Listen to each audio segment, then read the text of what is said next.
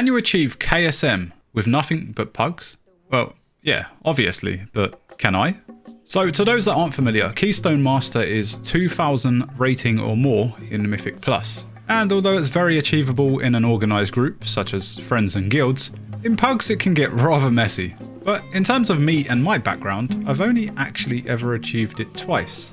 At the end of Season 4, over the span of 2 weeks, I was carried by 2 different groups on my rogue.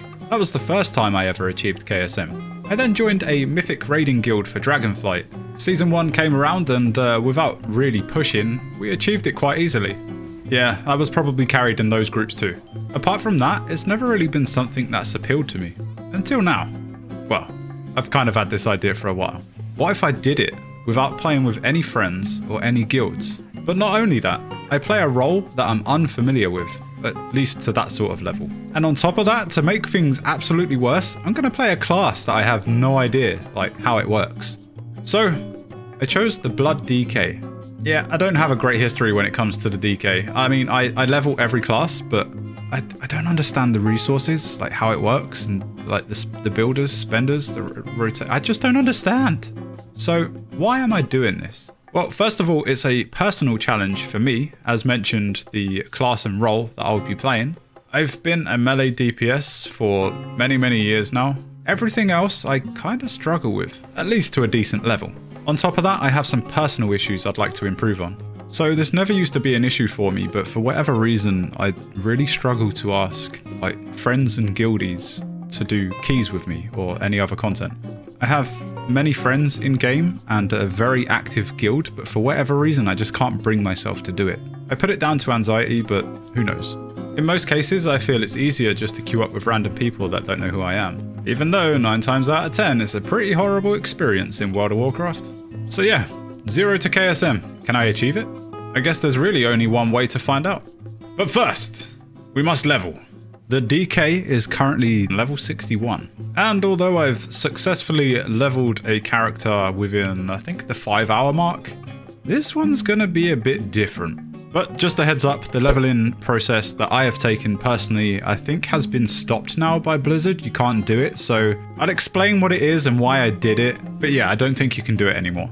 So there is this thing in the Azure span called the Cobalt Assault. And basically, players are farming it for rep, and they're farming it for rep for a few different reasons, but I think the main reason is to get the rep ring itself, which gives a nice effect, but doesn't really have many stats.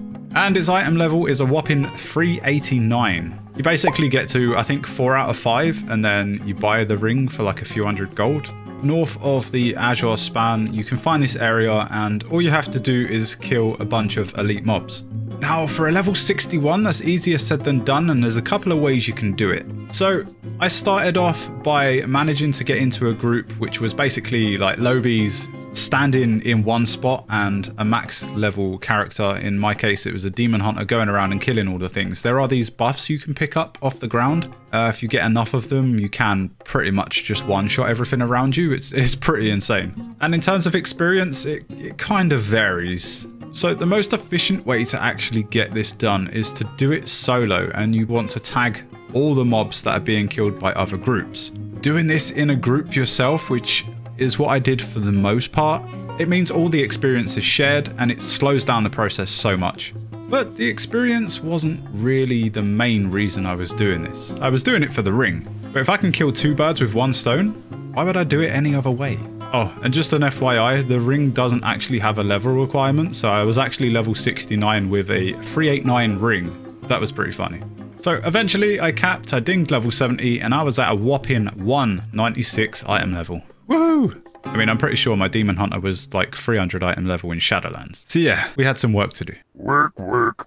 To begin with, I spammed normal dungeons and then some heroic dungeons, but unfortunately, I can't find the footage. I'm pretty sure I recorded it, but I can't find it anywhere.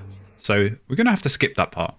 As well as dungeons, I needed to unlock the Faldrassa's quest line and get through that to unlock the area where you can jump in for storms and do the Trial of Elements. And we also did a few world quests here and there. I managed to get myself up to 350 item level, and I decided it was time for some Mythic Zeros.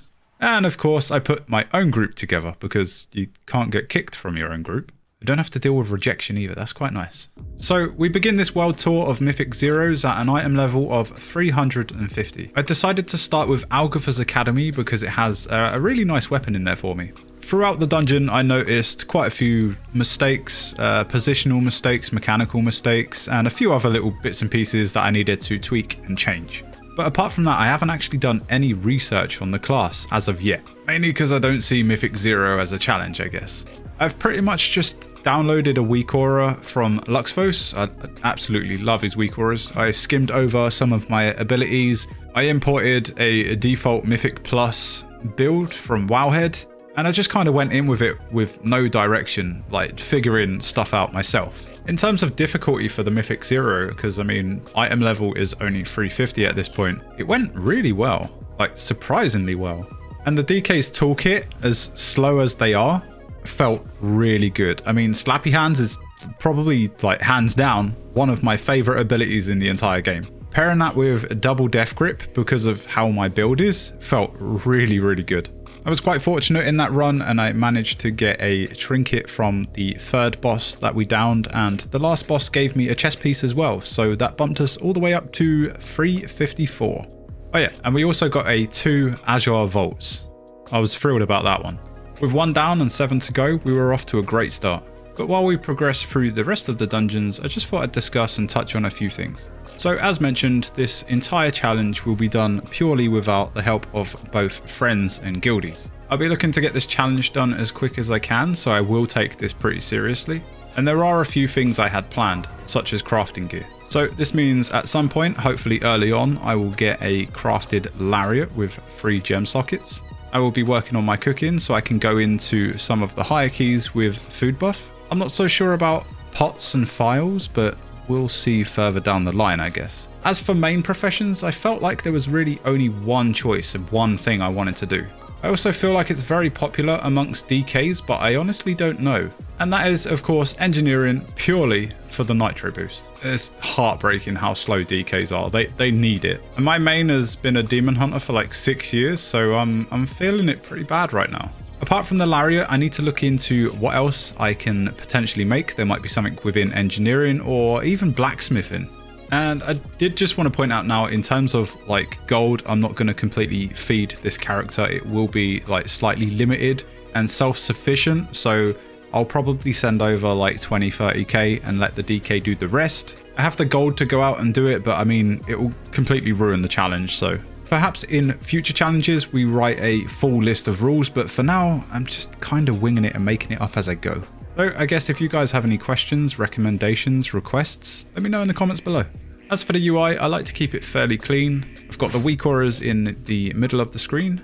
I'm also tracking the party cooldowns by the party frames themselves. Underneath that, I am tracking the healer's mana. And in the bottom right, I have details. I've got a few windows. I like to track a few different things. Typically, I switch between stuff like damage done, healing done, interrupts, avoidable damage, explosives on explosive weeks, and various other bits and pieces. In terms of the format, again, I'm kind of winging it. At the minute, I'm doing a voiceover because it just kind of makes sense. But I think in future episodes, you might see more of live commentary. But perhaps in some cases, analyzing the gameplay and doing the voiceover makes more sense. It makes life easier doing it that way, and it's a great way to improve. From there, you can spot mistakes in your gameplay, perhaps positioning, and then going into the next one, you know exactly where you need to stand.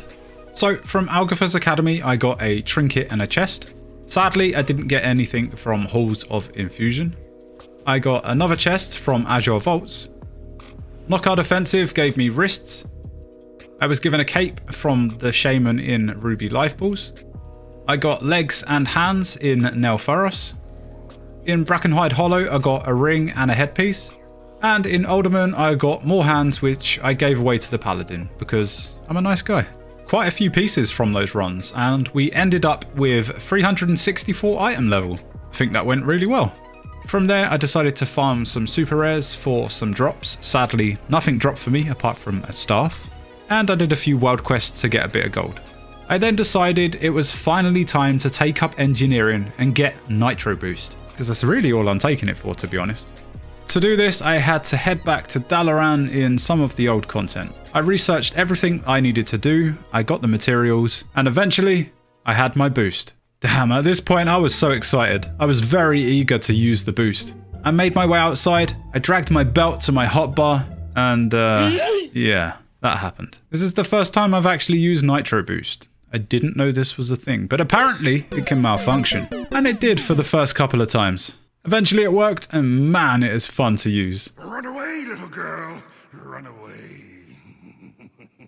Oh, and as it turns out, I did a shuffling of gear in my bags. I forgot to put something on. That brings us to item level 366. Wow. I then decided, instead of jumping into Mythic Plus from here at item level 366, I'd try some LFR. Now, at this point, I was 7 out of 8 heroic for a melee DPS.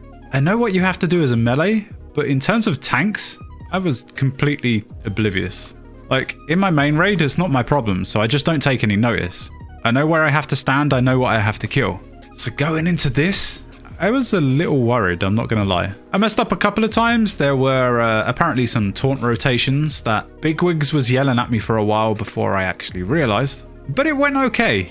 Better than I thought. I mean, it's LFR, so... I know, elitist, right? So I started with the first wing and we took down Eranog. I rolled on both the Decoration of Flame Trinket and the shoulders. And I won them both. What the heck? We cleared the rest of the wing, but sadly, no more gear. I then entered the second wing. We took down Teros, no gear. We took down Senarth, still no gear. And when we took down Kurog, the all totem of the Master Trinket dropped. But not just one, 2 of them. And yep, I got one of those too. I honestly cannot believe my luck at this point. Now, I queued up for the third and final wing, but with Raz, just wasn't going to happen with a pug. I wasn't going to entertain that at all. Sadly, the one I joined had already killed it, so Nope. Yeah, I wasn't sticking around, I was gone.